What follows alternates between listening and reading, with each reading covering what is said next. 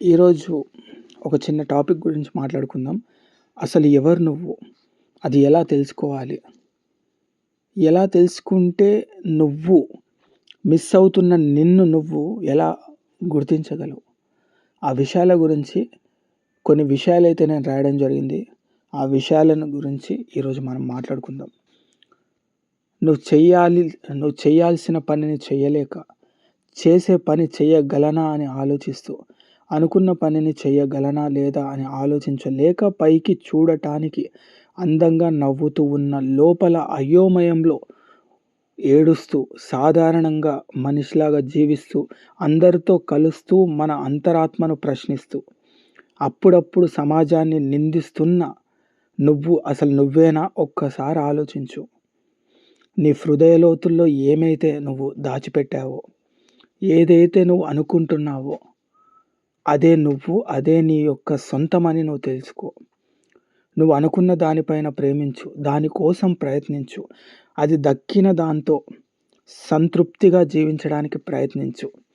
నీ కలలను లోపలే చంపకు. నువ్వు ఏం చెయ్యగలనా అని ఆలోచించు. అది చెయ్యడానికి ప్రయత్నించు. నీ ప్రయత్నం ఎప్పటికీ కూడా వృధా కాదు అని తెలుసుకో.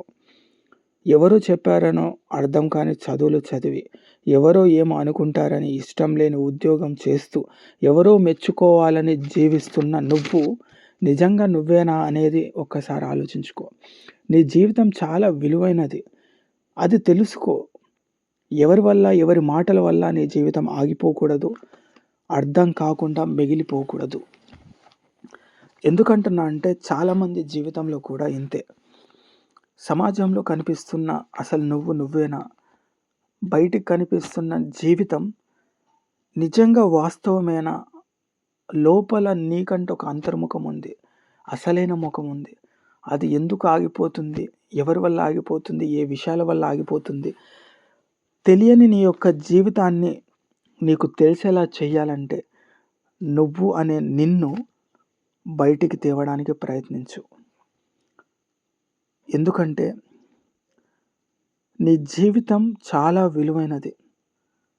అనవసరపు మాటలు, అనవసరపు మనుషులు, అనవసరమైన మాటలు కావచ్చు, గాయాలు కావచ్చు, ఇలాంటివి నీ జీవితంలో వస్తున్న పరిస్థితిలో నువ్వు అనే వాడివి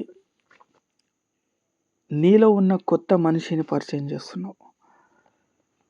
ఆలోచించుకో, అన్వేషించుకో. ఎందుకంటే జీవితం అంటే మరణించడం కాదు. జీవితం అనే మరణంలో జీవించి మరణించడమే జీవితం అని తెలుసుకో. అసలు జీవితం అంటే కాలం చేసే గాయాలను తవ్వుకోవడం కాదు, రాబోయే మార్పు కోసం ప్రయత్నించడం. ఎందుకంటే ఇక్కడ ప్రతి ఒక్కరు మరణిస్తారు, కానీ మరణించడం కోసమే నువ్వు రాలేదని తెలుసుకో. పుట్టుకకు చావుకి మధ్యలో అసలైన జీవితం ఉంటుంది. ఆ జీవితంలో అన్వేషిస్తే నీలో ఉన్న నిన్ను సమాజానికి, ప్రపంచానికి పరిచయం చేయడానికి ప్రయత్నించు. జీవితంలో సంతోషంగా ఉండాలన్నా, సంతోషంగా జీవించాలన్నా ఇక్కడ నమ్మవలసిన వ్యక్తి ఒక్కరే ఉన్నారు, అది నీకు నువ్వే అని తెలుసుకో. ఈ వాస్తవాలు ఇప్పటికైనా అర్థం చేసుకో. నీలో ఉన్న నిన్ను ప్రపంచానికి పరిచయం చేయి. నీలో ఉన్న నిన్ను అర్థం చేసుకోవడానికి ప్రయత్నించు. నీలో ఉన్న నిన్ను మౌనంలో ఉంచకుండా ప్రయత్నించు. ఎందుకంటే జీవితం చాలా విలువైనది కదా. ఈ విలువైన జీవితంలో నువ్వు అనే నిన్ను అర్థం చేసుకో, అన్వేషించుకో, ప్రపంచానికి పరిచయం చేసుకో. సో అప్పుడే తెలుస్తుంది కదా నువ్వు ఎవరు అనేది. ఇప్పుడు కనిపిస్తున్న నువ్వా, లేదంటే నువ్వు అనే వాడివి కొన్ని రోజుల క్రితమే మౌనంలో ఉంచేసావా? ఇప్పుడు కనిపించే నువ్వు, నీ వెనక నిన్ను అనే విషయాన్ని కొంచెం నీలో నువ్వు మాట్లాడుకొని మార్చుకోవడానికి ప్రయత్నించు.